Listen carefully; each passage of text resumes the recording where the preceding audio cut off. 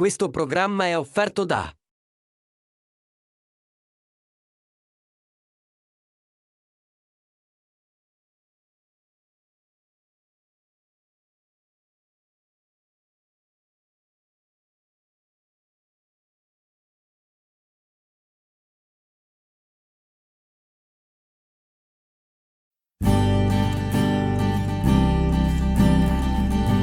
Benvenuti ad una nuova puntata dell'Isola dei Tesori, il viaggio alla scoperta della Sicilia e delle sue bellezze. Vino, territorio, cultura, gastronomia, letteratura.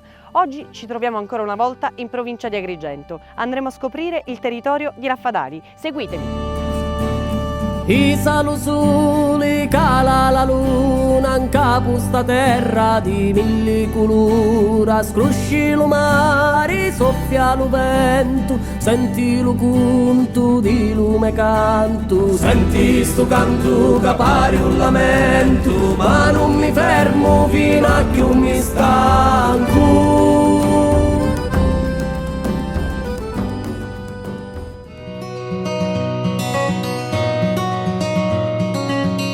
Distante 15 km dalla città di Agrigento e famosa per la sua eccellente produzione di pistacchio, Raffadali è un paese a circa 400 metri sul livello del mare. La chiesa madre di Santa Oliva, importante edificio religioso nel cuore del paese, si trova nella piazza centrale. Ogni anno a luglio viene celebrata la festa della Madonna degli Infermi, patrona di Raffadali. La cupola e la volta della navata centrale sono magnificamente affrescate. All'interno la chiesa custodisce diversi tesori, tra cui un sarcofago romano in marmo risalente al II secolo d.C., raffigurante il ratto di Proserpina. E poi Palazzo Principe, realizzato nel XVI secolo su richiesta di Pietro Montaperto Valguarnera. Dopo aver funzionato come una fortezza, subì una trasformazione in una dimora signorile. Soffrì la distruzione di una delle torri e delle merlature. Nei sotterranei si trovano antichi strumenti di tortura utilizzati dai Montaperto e un passaggio segreto che collegava la dimora alla vicina chiesa madre.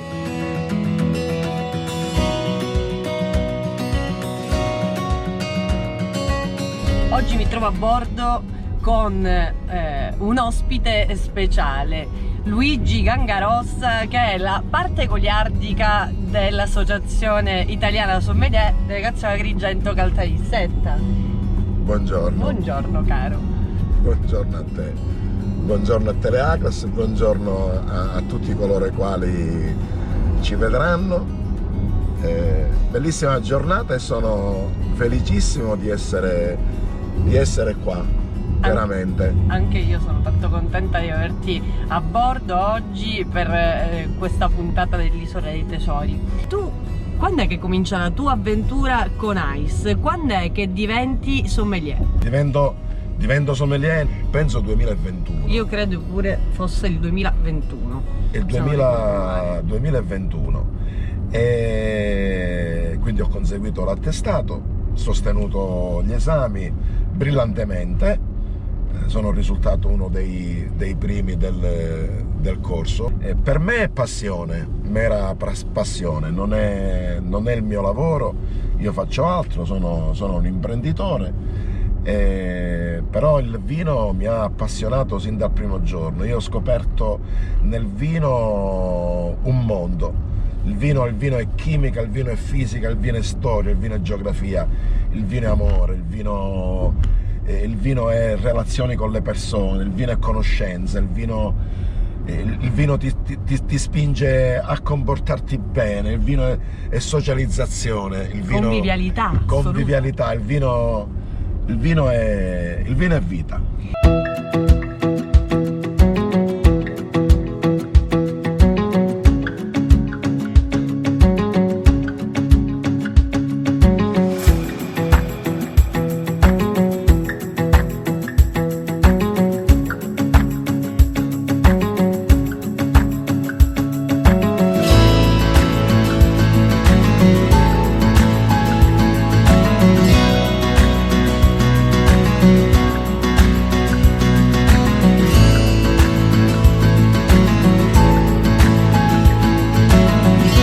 Paolo Vella, titolare assieme alla famiglia dell'azienda agricola Vella.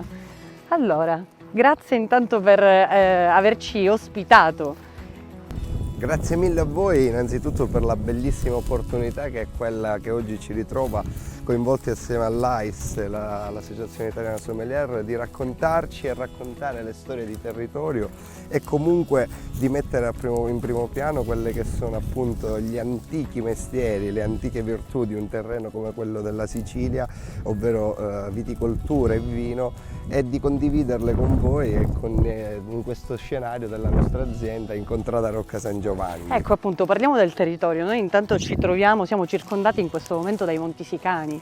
Sì, noi ci troviamo in questa collinetta che siamo praticamente di pertinenza del territorio agrigentino, ma in realtà vicinissima alla città di Raffadali, al paesino di Raffadali, famoso anche per altro, che possa essere ricordato come la città del Macco o più recentemente come quella del pistacchio, data l'enorme interesse da parte di ragazzi agricoltori locali nel coltivare e nel rendere noto questo frutto. Noi peraltro in azienda vantiamo anche di una estensione di circa 2 ettari di pistacchio, per cui ci dà molto orgoglio farne parte in questo senso del territorio e far parte di questo bellissimo progetto. Ma oggi siamo qui per parlare di vino e dell'attività primaria della nostra azienda, che è quella della viticoltura. Questa collina praticamente siamo avvolti da quelle che sono i Monti Sicani, partendo dalla montagna Giofaglione, dal Cosso del Tre Fontane, da un altro punto di rilievo che da poco è stato preso dall'Ente Parco Valle dei Templi, che è una collinetta qui vicino, e alle spalle invece alle spalle dei cameraman, abbiamo invece la montagna di Monte Tagari, che ricorda tantissimo quella che sono appunto i frusci e lo scorrere dell'acqua. Ma oltre a questo, il motivo per cui nasce qui la cantina è quello soprattutto per valorizzare e riuscire a dare un'identità forte nel territorio e nella provincia agrigentina. Parliamo infatti dell'identità della cantina. Paolo, raccontaci come nasce e quando nasce questa bellissima avventura, questa storia d'amore possiamo definirla, perché comunque è nata quanti anni fa? Allora, è nata in realtà, io assieme ai miei cugini e alla mia famiglia rappresentiamo la terza generazione. Nonno Paolo è quello a cui dobbiamo tutto e grazie a lui se oggi ci ritroviamo ad avere questo patrimonio da valorizzare. Io ho abbandonato gli studi nel 2015, avevamo queste vigne e abbiamo ancora queste vigne, e un'annata di disperazione tra quelle che potevano essere il riconoscimento del prezzo dell'uva in pianta, tra quelle che potevano essere il riconoscimento delle aziende che comunque dove conferivamo l'uva, abbiamo deciso e intrapreso questo nuovo progetto, che è quello appunto di dedicarci parte del raccolto alla realizzazione e alla creazione del nostro marchio e della nostra bottiglia, delle nostre etichette. L'avventura parte nel 2015, una cosa nata per caso e a volte anche per gioco, poi la passione è quella che ci ha portato oggi a consolidare questo investimento e ad ampliare sempre di più la nostra offerta per i clienti e per i nostri estimatori. In questo momento stiamo passeggiando tra i filari. Che tipo di vitigno è? Ci troviamo in presenza del nostro Perricone. Il Perricone è un vigneto autoctono siciliano, ma quasi perduto negli anni precedenti. Ultimamente invece è stato molto valorizzato da tantissime aziende. Ma quello che è importante nel terreno in cui ci troviamo è che è proprio vocato questo terreno per ospitare questa coltura, questa vigna. Siamo in presenza di un terreno di natura argillosa con un forte tessuto minerale. Il Perricone è un vigneto storico di carattere, sicuramente ci prospettiamo da questa vigna l'ottenimento di un vino che abbia una longevità e che possa percorrere tanti anni all'interno della bottiglia. È un vigneto che è stato impiantato nel 2014, per cui è ancora molto giovane. Questa del 22 è stata la sua seconda vendemmia, la sua quarta vendemmia, e giusto questa è stata finalizzata alla bottiglia. Abbiamo grandi progetti su questo vigneto e su questo Cosa vino. ci dice il nostro sommelier? Io quello che posso dire è intanto che sicuramente sarà un vino di ottima qualità, perché già vedo io il sistema di allevamento, quindi Guyot. Il Guyot non ha grossissime rese, ma dà grande qualità al vino. E il fatto che sia molto esposto al sole, quindi è un'altra qualità per quanto riguarda il vino che sarà prodotto. Io vedo un bellissimo ambiente pedoclimatico, i monti che possono preservarlo da quello che è i forti venti, e di conseguenza io mi sto accorgendo, tra l'altro siamo qua in collina e non c'è effettivamente tanto vento, quindi è molto riparato. E l'altra cosa che credo saranno vini con una grande freschezza, quindi una bellissima spalla acida, perché penso che ci sarà sicuramente una bellissima escursione termica di temperatura tra il giorno e la notte. Di conseguenza è l'ambiente ideale. Il terricone non è di facile coltivazione, era stato in rocce, proprio l'avevano eliminato, perché non è come il Nero d'Avola che è facile, come il Cabernet, come altri vini rossi. Hai sottolineato un aspetto molto importante, che è quello della ventilazione. Noi ci troviamo a ridosso dei venti provenienti del versante di Siculiana Marina, per cui siamo vicinissimi al mare, a circa 10 km. Questo ci dà anche una buona maturazione, il territorio ce lo dobbiamo raccontare. Io ti ringrazio dell'esperienza che mi porta già a valutare il terreno e la passione, ecco, la passione che mi spinge a studiare e a cercare di saperne sempre di più. Perché noi sappiamo che studia sempre. Non si è mai fermato e non si ferma mai. Il nostro Totò, chiamiamolo Chardonnay, ma in realtà Luigi, perché guai cosa arrabbia. Però diciamo che oltre a questa nota che volevamo sottolineare, io avrei il piacere pure di integrare il fatto che in questo vigneto, come peraltro in tutta la nostra azienda, ci occupiamo di agricoltura biologica e abbiamo da poco, me ne sono accorto. Immediatamente effettivamente Luigi ha subito buttato l'occhio e l'ha il sistema subito è quello del sovescio. Esatto. Ho visto che voi fate il favino, il sovescio, di conseguenza poi quello che rimane serve come concime, quindi è tutto naturale. Ti fa onore, perché la coltivazione biologica, a mio avviso, fa onore a chi produce vino. È una garanzia per chi beve, è una garanzia per chi lo berrà. In campagna è un po' difficile da gestire, nel senso bisogna conoscere effettivamente in maniera peculiare tutti gli aspetti pedoclimatici che appunto in cui è coinvolto il vigneto, quindi ci obbliga e ci fa piacere in verità condividere con la pianta la sua crescita e vedere come si comporta ad ogni cambiamento. Come possiamo notare, in questo momento siamo nella fase più bella del germogliamento. Proprio, ecco, sono spuntate le foglioline ed è bellissimo. La pianta, siamo nel mese di aprile e quindi avviene il cosiddetto germogliamento, spuntano le foglie e fra qualche mese avremo già la nascita di questi piccoli acini che all'inizio saranno verdi, piccolissimi, molto duri, compatti, per poi maturare con il sole, grazie all'aiuto grazie al nostro sole. Però la cosa importante è qua sotto, il terreno, i suoli, il suolo argilloso che darà carattere e struttura a questo vino. Complimenti Paolo, complimenti. Ma io, se avessimo avuto più tempo, mi sarebbe piaciuto un sacco portarvi nell'altro vigneto dove abbiamo circa altri 12 ettari di vigna a Sant'Angelo Muxaro. E noi lì cosa abbiamo? Lì abbiamo Grillo, Catarratto Lucido e Chardonnay. La proprietà di Sant'Angelo Muxaro si distingue per due livelli. Il paesaggio è molto suggestivo, siamo circondati da quello che è il fiume Platani, dallo scorrere del fiume Platani. Anche lì abbiamo un grande apporto di azoto dettato anche dal sovescio del Favino, ma i terreni sono molto profondi, quindi trovano radici sempre. Grande spalla acida e soprattutto mineralità.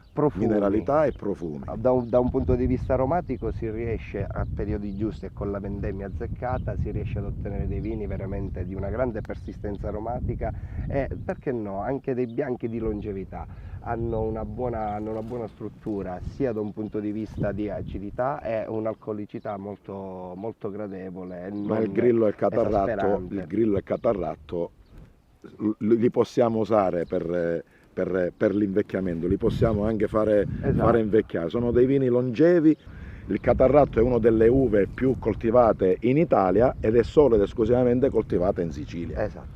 quindi abbiamo una fortuna. Ma noi Giuliana. abbiamo un'estensione Giuliana, in Sicilia incredibile, abbiamo quasi 100.000 ettari vitati, di conseguenza abbiamo di una catarratto ne abbiamo grandissima tantissimi. fortuna, abbiamo la fortuna di condividere queste esperienze con un grande Con il sommelier. nostro amico e sommelier, Peraltro il esatto. Nero d'Avola ci eravamo scordati di parlare. Vabbè, E il è, Nero d'Avola- è il nostro principe. E ce l'abbiamo pure. E ora adesso infatti- nell'appezzamento di Sant'Angelo, Ah, ok. suddividendosi in questi due terrazzamenti, nel terrazzamento superiore. Superiore. Dove la sabbia viene un po' meno e quindi ci sono dei terreni con un contenuto un po' più diverso da un punto di vista di apporto alla pianta, e quindi abbiamo più sempre un fondo sabbioso però con una presenza notevole di argilla, e lì abbiamo anche un vino di alta struttura e comunque lo assaggeremo e vedremo di valutarlo. Andremo a scoprire adesso, direi che è arrivato il momento di andare a scoprire direttamente quindi i prodotti dell'azienda agricola Vella. Con immenso piacere.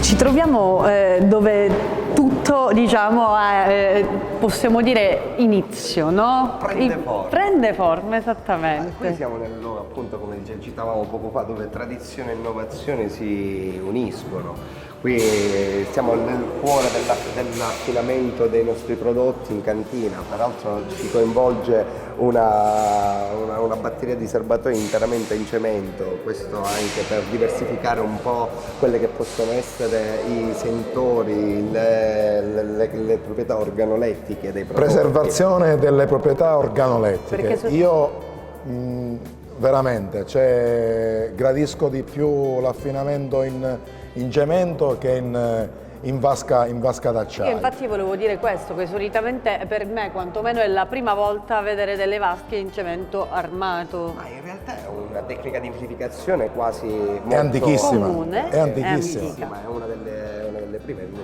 Partiamo dalla terracotta, poi conosciamo il cemento, poi conosciamo l'acciaio, modelliamo e creiamo il serbatoi in acciaio, poi l'unione. Gli antichi romani, aveva l'affinamento del vino era solo ed esclusivamente in anfore. In anfore. anfore, In anfore di esattamente. terracotta, E per devo cui- dire che vederlo dal vivo per la prima volta fa il suo effetto. È sicuramente suggestivo, di certo le vasche in cemento, l'affinamento in cemento gli dà questa preservazione aromatica delle proprietà organolettiche che poi naturalmente fa un plus in quello che è contenuto in bottiglia, nella referenza nello specifico denota determinate caratteristiche che magari in un affinamento in acciaio non dico che sarebbero andate perdute, però comunque meno incentivate, e questo Mantiene praticamente ciò che l'uva deve dare, ecco, ciò che l'uva è. Bello. Il cemento lo riesce a mantenere queste proprietà, le garantisce. Bene, noi siamo anche nella stessa stanza in cui avviene il processo poi a di seguire imbottigliamento. di imbottigliamento. A fianco alla batteria dei serbatoi abbiamo installato da pochissimo un impianto di imbottigliamento semiautomatico. Gli operai stanno lavorando. Ragazzi Oggi siamo arrivati, Quindi infatti- quello che noi le sentiamo in macchine. sottofondo sono gli operai che stanno lavorando. E c'è la cantina proprio del vivo oggi. In cantina premessa, in cantina non ci si ferma mai. Si lavora Si lavora 365 giorni l'anno. H24 se vogliamo. stanno Però cominciando. stanno cominciando. Bene. Apriamo? Apriamo. Cosa ci fai degustare, Paolo? Stiamo aprendo una bottiglia di Nero d'Avola, il nostro Pavè. Peraltro il nome ha appunto Ma origine. a caso io direi Paolo Vella. Nonno Paolo, per favore. Nonno Paolo, vabbè, sì. Noi, come dicevamo poc'anzi, tutto quello che abbiamo, questo vigneto, questa passione per la terra ce l'ha trasmessa nonno.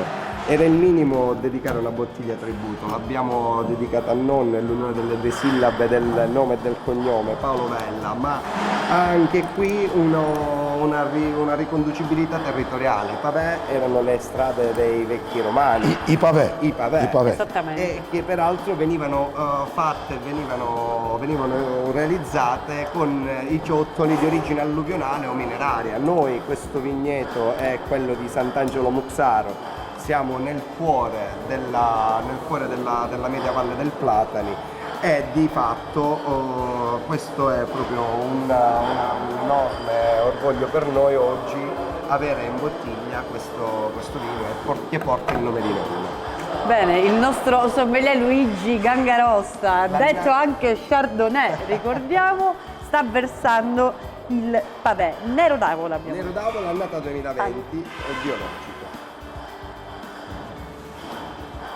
Già alla mescita io mi accorgo che il vino ha una certa struttura, una bella consistenza, cosa che vado a riscontrare immediatamente, però l'impatto visivo già mi dice è Nero d'Avola 100% a tutti gli effetti. È limpido e ha un rosso ed è un colorito che è un rosso rubino acceso con dei riflessi leggermente porpora perché ancora è giovane come vino, è nel fior. Sicuramente però sarà un vino pronto. Ecco, la consistenza la denoto dagli archetti e dalle lacrime. Grande impatto fattivo. C'è una bella complessità. C'è una bella complessità. Al di là dei fiori, della classica rosa, della classica viola e dei frutti, quindi qua noi abbiamo una marena, abbiamo una ciliegia, abbiamo una prugna matura, ma abbiamo delle note minerali, abbiamo delle note veramente anche iodate che arrivano effettivamente, sta brezza marina, io già lo sento che praticamente il tannino sarà avvolgente. Un po' di E già speziatura io possiamo l'avviso, dire speziatura ci abbiamo, tu la nota proprio erbacea c'è, poi sento io i chiodi di garofano. i chiodi di garofano, infatti. Però voglio dare un settore di liquirizia, è un vino adesso veramente lo voglio degustare per davvero. Vediamo l'assaggio.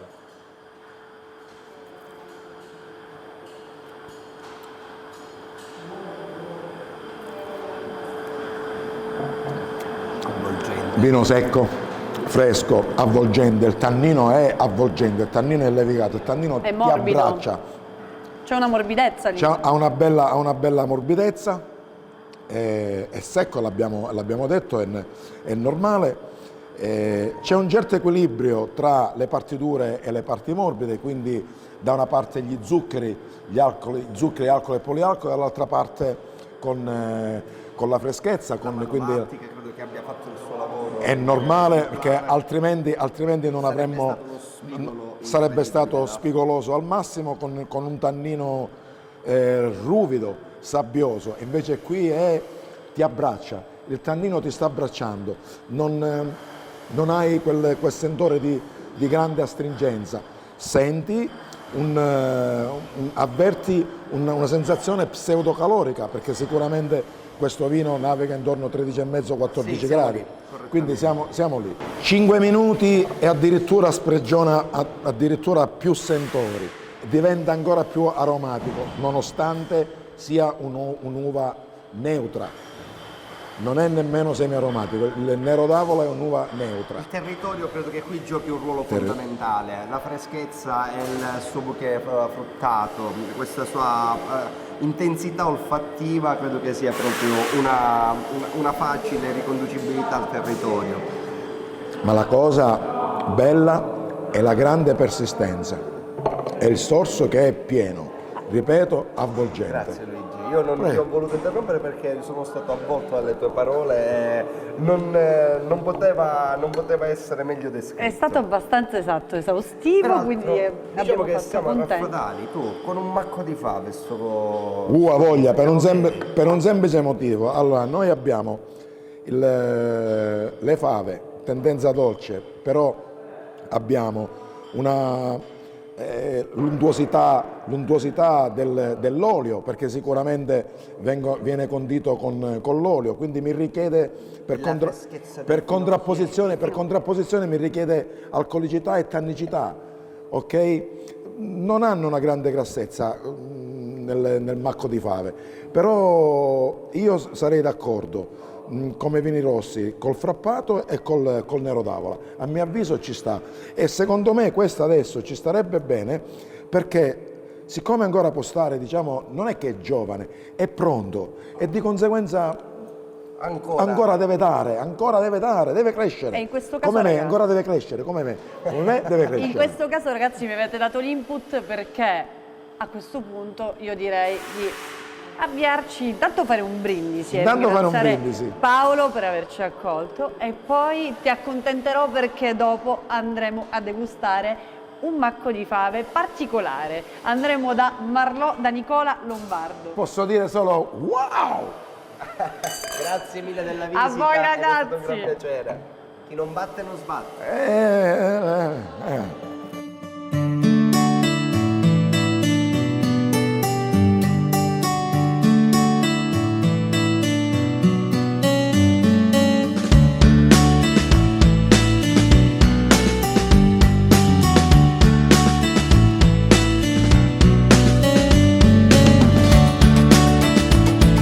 Ci troviamo nel cuore di Raffadali, siamo in un bellissimo giardino in compagnia di Nicola Lombardo, cotitolare del Marlò, e il mio compagno di viaggio di oggi, Luigi Gangarossa, sommelier Ice.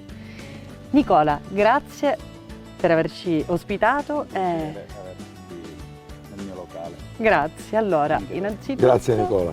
Innanzitutto oggi ci farei degustare come abbinamento al vino di Paolo Vella, al Pavè, il Nero d'Avola biologico. Abbiamo scelto col nostro carissimo sommelier di abbinare il macco di fave. Questo è un macco di fave un po' particolare. Dici un po', raccontaci un po'. Allora, un macco di fave, ho scelto di mettere questo piatto nel nostro menù perché rappresenta soprattutto il nostro territorio, in particolar modo la nostra Raffadali. È un piatto che ci simboleggia, cioè, in particolar modo.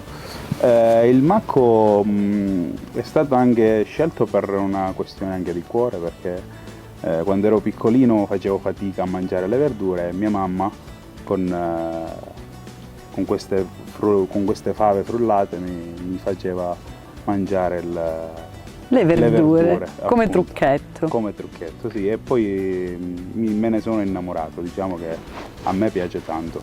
Però non è il classico macco di fave, perché tu il cuore c'è, quindi c'è la tradizione, mettiamo qua l'emozione, certo. c'è anche però un pizzico di innovazione, vedo, perché Naturalmente dobbiamo giocare, al giorno d'oggi dobbiamo giocare con la tradizione e dare anche un po' di innovazione. Noi l'abbiamo fatto aggiungendo il guanciale croccante e mettendo la polvere di finocchietto invece di cucinarlo insieme al macco, perché si può fare in due tipi, o con o senza il finocchietto selvatico. E poi vabbè, i tocchetti di pane fatti con una farina con delle farine di grani antichi fatti dal nostro, diciamo, pizzaiolo, perché voi fate anche la pizza Sì, certo. qui. Allora io direi a questo punto di cominciare, però affiderei la parola al nostro sommelier. Luigi, che dici? Allora, Guidaci tu in questa degustazione, in questo abbinamento. con immenso piacere. Allora, innanzitutto la prima cosa è ciò che uno vede, come si presenta il piatto. La presentazione io direi che rasenta proprio il massimo, anzi secondo me glielo do, io il 10 per la presentazione glielo do. Un piatto nero stupendo, è curato già la gocciolina d'olio messa nei punti cardine, questa che mi forma tipo una rosa dei venti tra il pane e il guanciale, bellissima come presentazione. Noi sommelier quando facciamo queste cose annusiamo. Non è un difetto, non è male, vogliamo sentire gli aromi, gli odori, incredibile, c'ha un impatto olfattivo che è intenso, sento la fava, sento praticamente l'olio, ok? Ma soprattutto il finocchietto che gli dà grande aromaticità. Cosa resta adesso? Prendere il cucchiaio. Cominciamo quindi degustando prima il piatto. Prendere il cucchiaio e quello che va fatto è devo cercare Tutto. di prendere tutto. Certo. Il pane, il guanciale e il macco.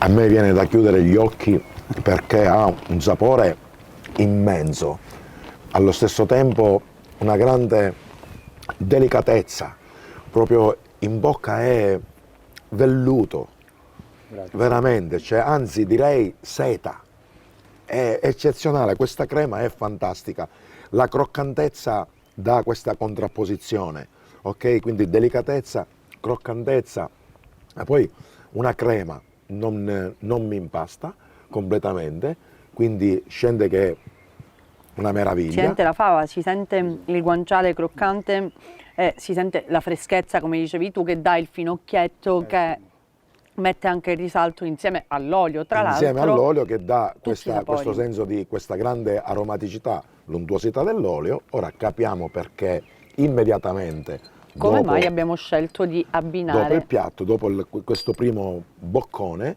immediatamente il vino, ok? E capiamo per quale motivo abbiamo messo il nero d'avola.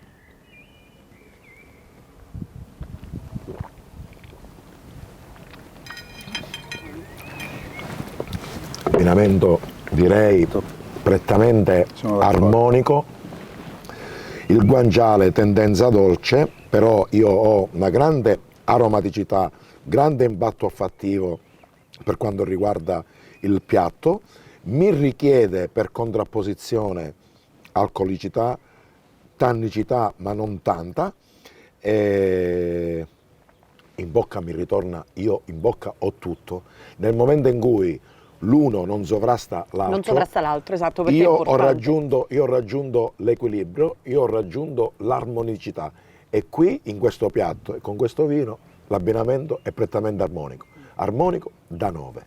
Quando è che comincia la vostra avventura? Allora, la nostra avventura comincia nel luglio del 2020, praticamente in pieno Covid, quindi diciamo che sono stato fortunato, tra virgolette, quindi è nata l'idea di fare inizialmente un ristorante di carne. Adesso con la pizzeria abbiamo fatto un mix che diciamo che funziona, la pizza con il nostro impasto particolare, con un mix di farine che introduciamo anche delle farine di grani antichi. Ci concentriamo e ci specializziamo sulle carni a cottura a bassa temperatura. Uno dei piatti che funziona è il brisket di manzo. È questa carne di vitello che viene cotta per ore e ore e ore, viene affumicata con dei legnetti del Jack Daniels e poi viene servita con del fondo bruno e delle patate, e poi noi mettiamo un po' di fonduta e bacon croccante, quindi è una goduria. Sì, devastante, come dico sempre io. Esatto.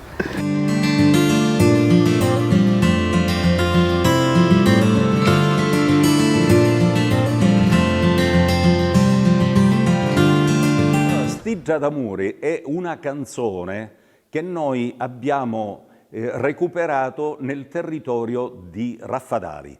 È una bellissima serenata d'amore che insieme a Giancampione abbiamo codificato e inserita in una raccolta d'antenati, un disco edito per la Foniticetra, in cui abbiamo inserito questa bellissima serenata raffadalese, Stiggia d'amore.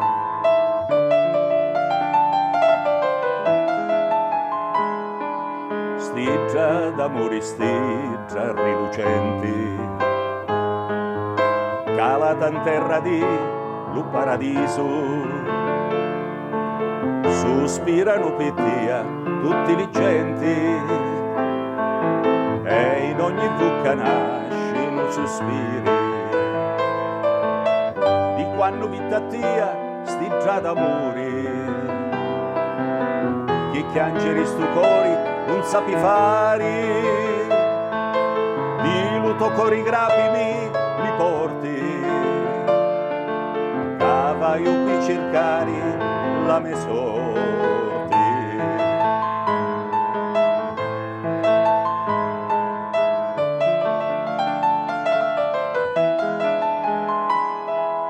Tutti la felicità, buccuzza duci,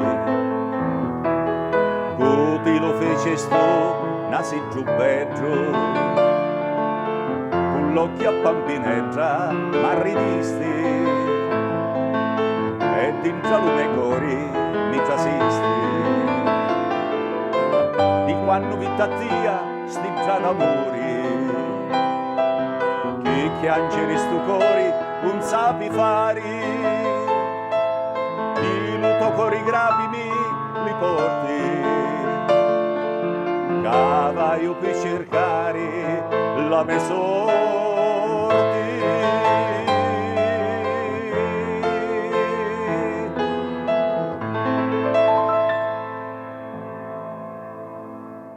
I salu soli cala la luna in capo sta terra di mille colura, scrusci lo mare, soffia lo vento, senti lo conto di lume canto, senti sto canto che pare un lamento, ma non mi fermo fino a che mi stanco.